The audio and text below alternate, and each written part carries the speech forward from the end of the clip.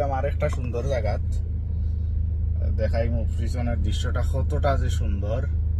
আর এখানে জলের উপরে যাইমু, সব লগে থাকি ভিডিওর। তো এখানের পিছনটা অত সুন্দর, জলের উপরে দিকে যাওয়া যায়। তো দেখতে পারো আমার পিছনের দৃশ্য কতটা সুন্দর।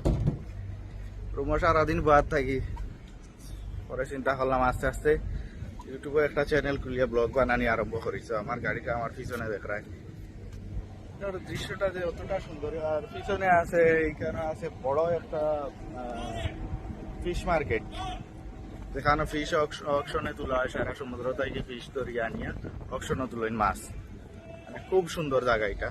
আমি যদি ব্যাক ক্যামেরাটা ঘুরাইতে দেখতে পারতাম,